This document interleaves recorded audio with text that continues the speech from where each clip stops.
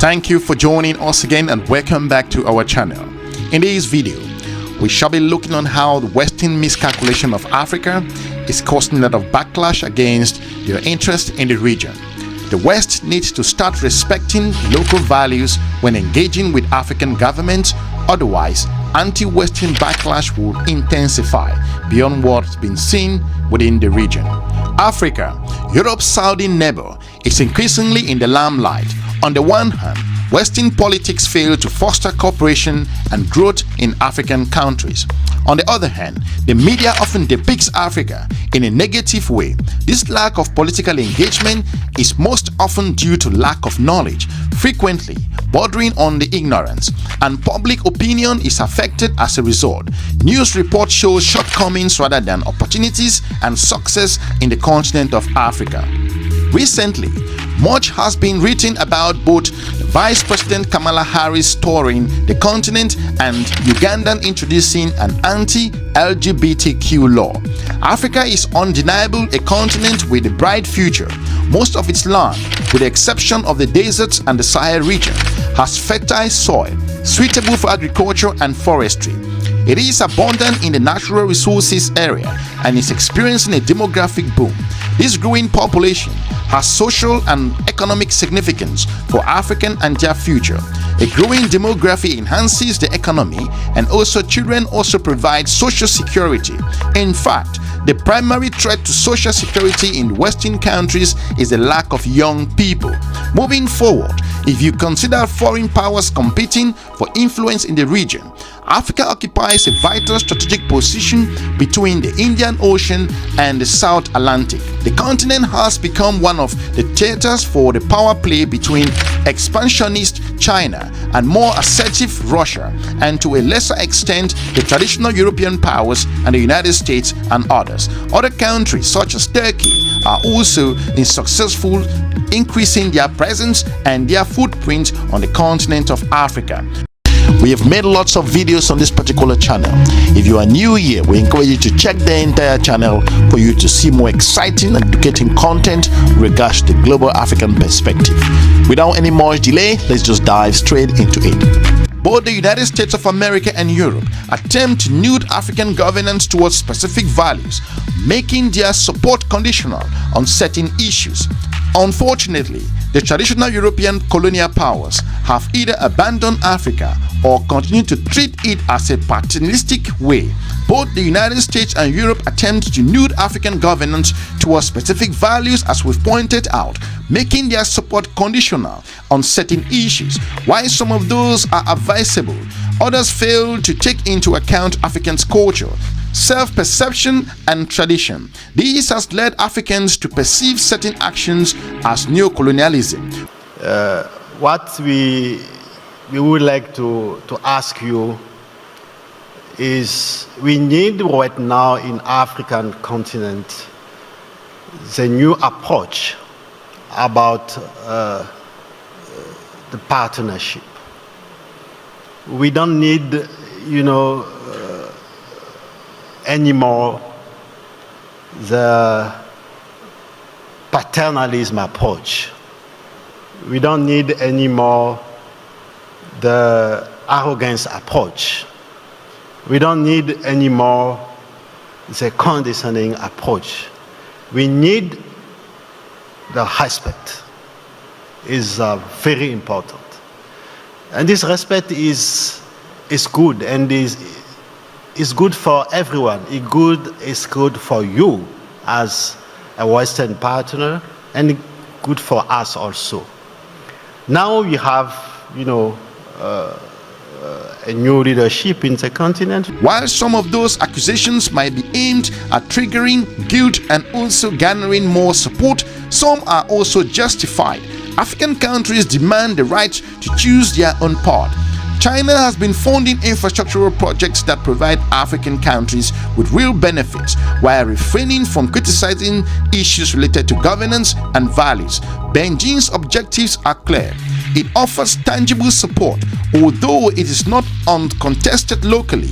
In exchange, China gets to expand its political and economic influence, enhancing its geostrategic and also geo-economic position. Russia primarily focuses on providing military support, either to ruling regimes or successful opposition groups. At first glance, its objectives are similar to China. However, there is another angle. Moscow is significantly involved in the Sahel zone. This region, directly south of the Sahara, faces not only civil wars, coups and terrorist attacks, but also overpopulation and drought. The Kremlin might have an interest in fostering unrest in those resource-rich zones. Europe's supply lines of those minerals, including uranium, could also disrupt and be directed to Russia or through Russian channels. Armed conflict would also intensify pressure on people migration to Europe. Top American politicians such as Vice President Harris regularly tour Africa. Last year, Secretary of State Antony Blinken also visited several African countries. On those trips, both American and European leaders prioritized democracy, inclusion, human rights, and governance. While those are also crucial issues, it is essential as to acknowledge that Africans need to develop those aspects themselves in a manner comparable or compatible with their living conditions and values. Otherwise, there may be strong unintended counter-reactions regards to their approach. The LGBTQ issue is a prime example of an initiative that backfired. Advocating for LGBTQ freedom has been a forefront concern, especially during Mrs. Harris' tour of the region.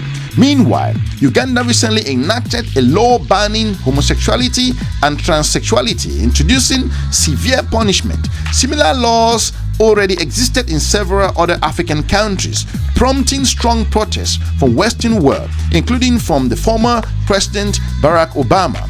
This clumsy approach to promoting Western values will not help the West secure Africa as an ally. Looking ahead, it is not accurate to assume that African cultures are inherently pro or anti-LGBTQ. Often, it is simply not an issue. However, many African leaders and citizens are highly sensitive to Western attempts to impose measures that limit birth rates. Biologically, homosexuality does not limit birth rates. Consequently, this pressure creates a backlash. It can be expected that more Westerners promote LGBTQ rights in those countries, the harsher those resistance will be. The Western policy initiatives are not making life easier for LGBTQ individuals in Africa. To the contrary, in addition to the values, the clumsy approach to promoting Western values will not help the West secure Africa as an ally. The proposed advantages are not substantial enough. Instead of conditional financial support, it will be more helpful to ease trade barriers, especially European ones, for African countries. Adopting more pragmatic policies and discontinuing lecturing will not only improve governance in Africa, but also strengthen the Western positions in the global power competition. This has been an impact with regard to the approach used by Western countries. The Western miscalculation in Africa is causing a lot of impact with regards to their different approach. African countries have their own values. However, that doesn't necessarily mean that their values also transcend other very important issues like good governance and also very important things that will change the life of their own people. In the nutshell, African countries should also engage Western nations, but in terms of their miscalculation looking from the West, this is going to be an issue in the region, and it will cause more backlash as looking at what has happened with France in many French-speaking West African countries.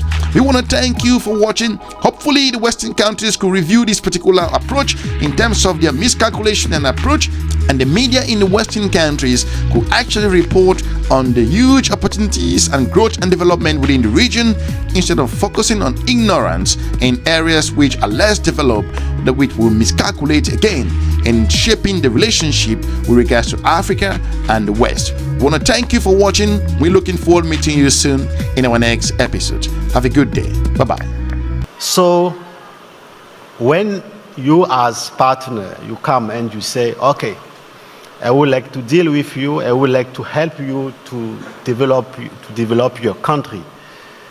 But first of all, what you need, we have a seat, we discuss together.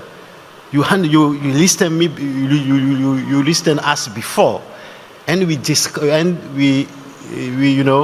find a solution together is a good approach. It's very important. The first key is to listen to people before. Please, Peter, don't stay in Washington. You know I don't. I'm never home. And decide for me in Togo. And decide for the people of African continent. And decide for someone. And decide the people here in Doha. Before you come in here in Doha, or when you come here in Doha, we need to discuss with the people of Qatar, to listen them before. And if you have some solution for them, of course, after the discussion, you can do something. The second key is also, after to listening them, or the people of Africa, to see how we can help them to transform the economy. Because the key right now is about our economy, how we can transform the economy for the good life or better life of the population. I know it's not like the solution have to come from our partner like you. The solution have to be the African solution. For me, my own vision, my own conviction right now is, if African continent or each African countries have bad or good governance, it's come from African leaders. We are the responsibility if our continent and our country. I'm not saying, if something is bad or our problem is the foreign or the partners, interference, political interference. No, we have a bad political interference also. But the first responsibility of the African leader or African continent is from African leaders. So I want to be very clear. If something is bad, is as before. We need to criticize our own governance before, to see what you did for us like bad or like good. So that approach is very important, and we would like to share this approach with you and to ask you, please, come like friend, come like, like good partner. Don't come in our continent, or don't come here like I'm Peter. Okay, you got what I meant to say. Yeah. Thank you. No, thank you. And, I think as I look back on the arc of my own career, when I started out working on Africa, it was the same year that the U.S. government, and this is almost 30 years ago, came out with a strategy document, and this was when Bill Clinton was president, Strategy for Sub-Saharan Africa, which began with, the United States has no strategic interests. My parents worried whether I'd ever make a living under those circumstances. Now no one will make a statement like that. We recognize the strategic importance for our own interests, but for the global good of Africa. And I think that, thank you very much for those points, the importance of listening and the importance of helping jumpstart economic growth and development. By mid-century, 1 in 4 working age persons on the planet is going to be an African. And that's a great opportunity for Africa and for the world, or it could be a challenge, and it's up to us to do it. Thank you very much for this conversation and these points, and always good to see you, my dear friend.